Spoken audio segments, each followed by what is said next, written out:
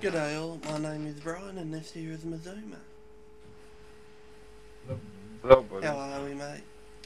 Today I'm going to talk about the human adept.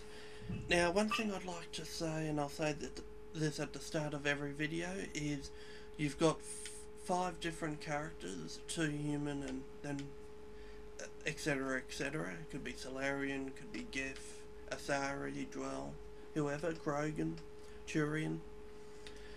And you've got 5 different characters in total, so why not make them all different to combat different situations? They've already got different abilities, and by that have one specifically for Geth, have one specifically for Reapers, one for Cerberus. So that's what I've done. So there is no single correct way of doing it, just the way that I'm doing it.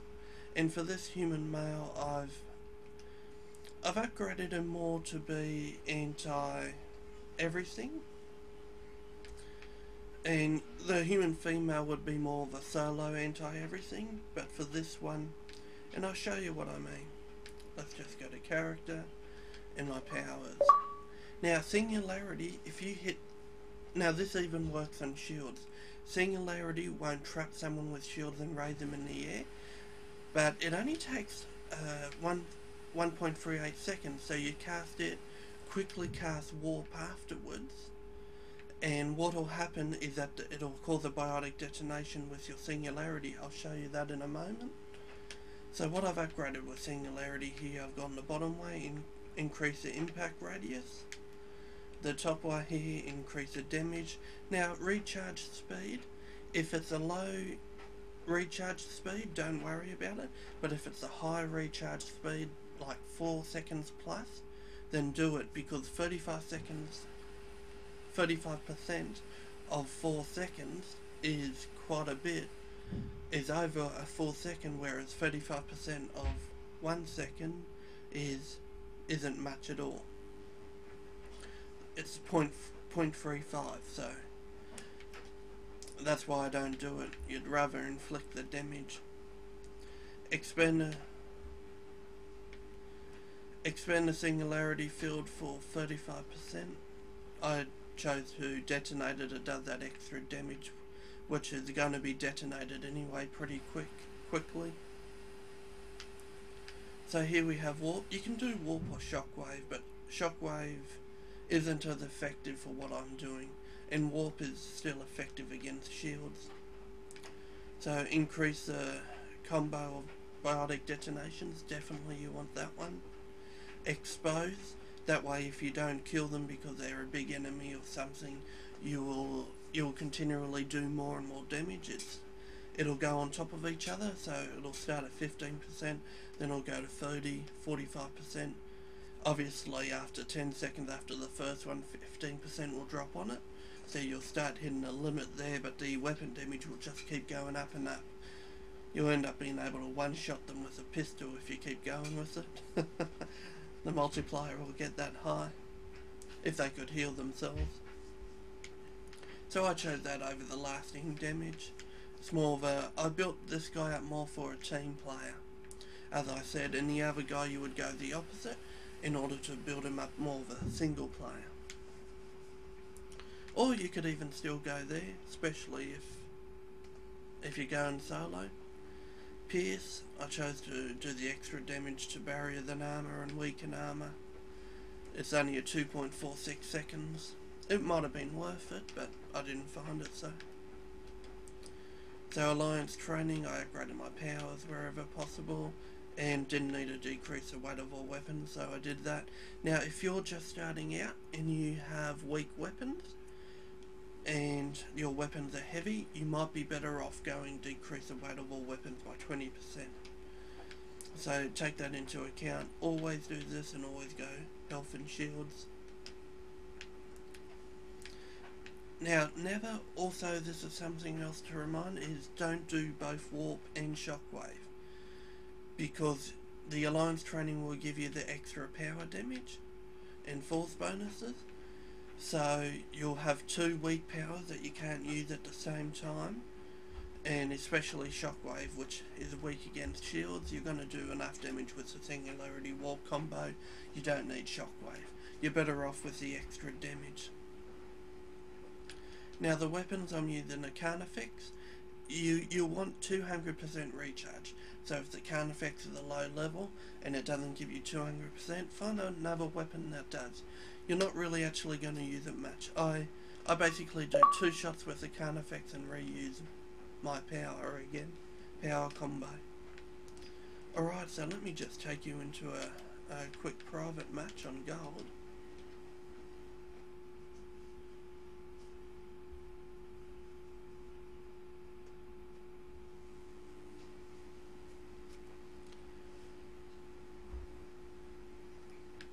I might just change it to the enemy to Cerberus.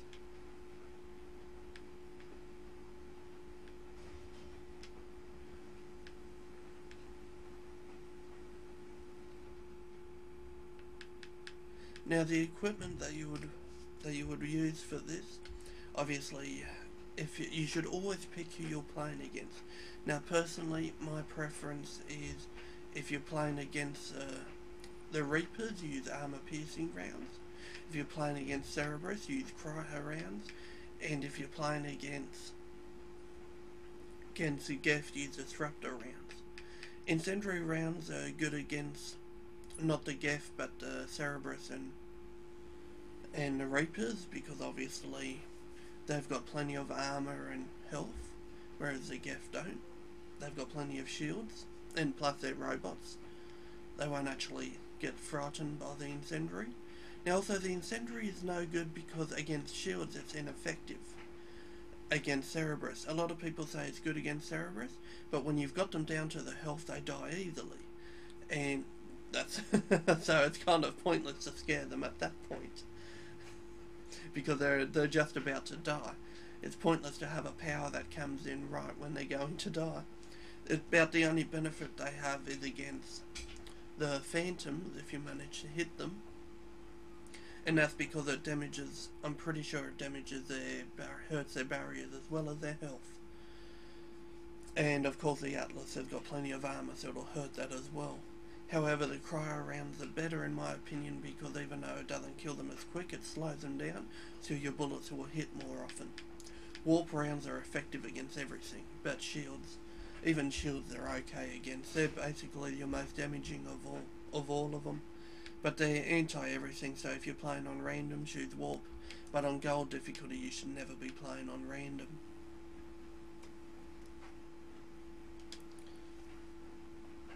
I'll skip these as well, so you miss all the loading screens.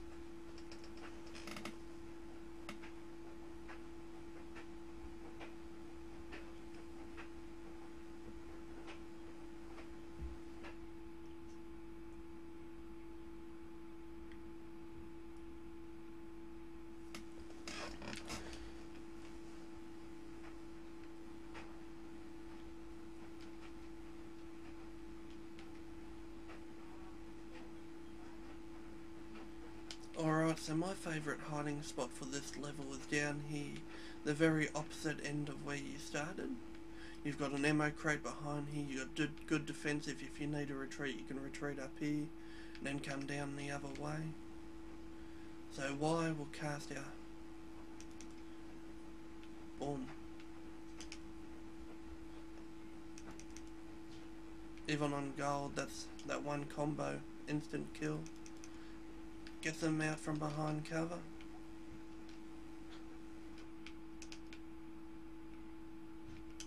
If you miss, doesn't matter because it recharges quickly.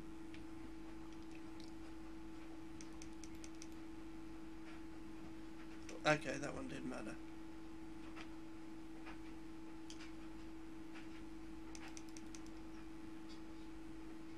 See how it still detonated the field, but the Nemesis had walked too far away.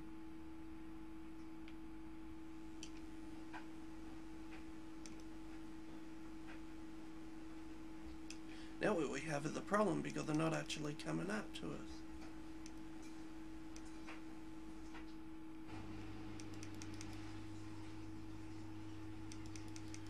that might...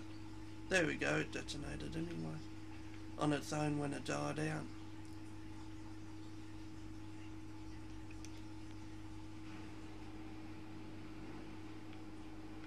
Now, Cerberus is obviously bad for...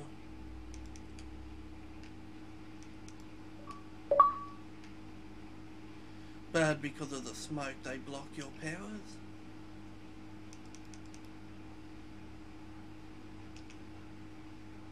Damn it, stop throwing it down there.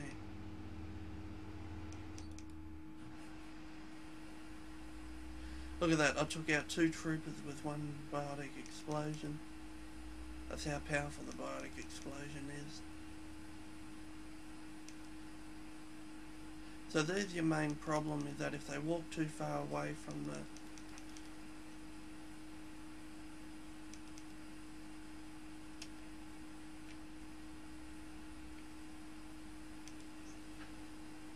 Even if they fly too far away from it, so expanding the field there might be a good idea, in that way you have a longer...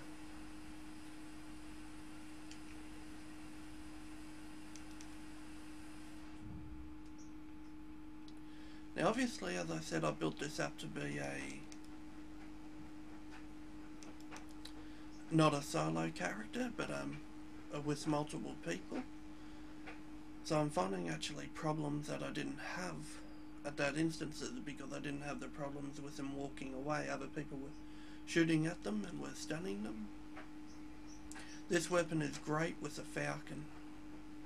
This power combo is great with the Falcon. It didn't cause a detonate.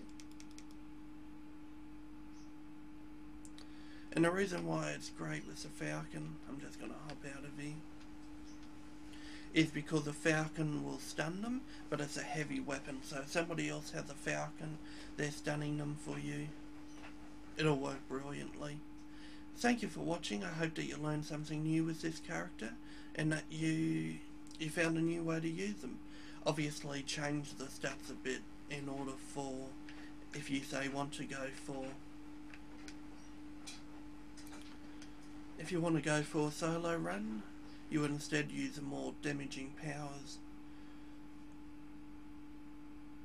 So you wouldn't go with duration there, or recharge speed. You might expand the singularity field by 35%. Instead of 1.4, that way they can't move out of it as quickly, and you don't have the same problem that I do, because you'd probably end up then using your recharge speed as well, because the problem that I was facing there, as you saw, was the shielded enemies would, because the singularity field doesn't hold them, as I said, they walked out prior to the warp reaching it and detonating it. As long as they're within the field when the warp hits them, it will... Even some of the enemies actually flew out if I took too long. Flew out of the field's radius. So there's a problem that I had just there. But of course if they fly out the radius, as you saw, they're dead anyway. So it didn't actually matter. Thanks to the damage per second that they get, and then the falling damage. And then the field's gonna detonate anyway, so always let it run out for that 3.6 seconds, and it'll detonate it. Anything around it will suffer that damage. As you saw, anything that even got close to me, I hammered. Thank you for watching. I hope that you enjoyed that. There are ways around to fix that up, obviously. That character's been made for a multiplayer experience. Thank you for watching. I hope that you learned something new. Please leave in a comment for what your thoughts about this character are. And if you liked it, then please like and subscribe.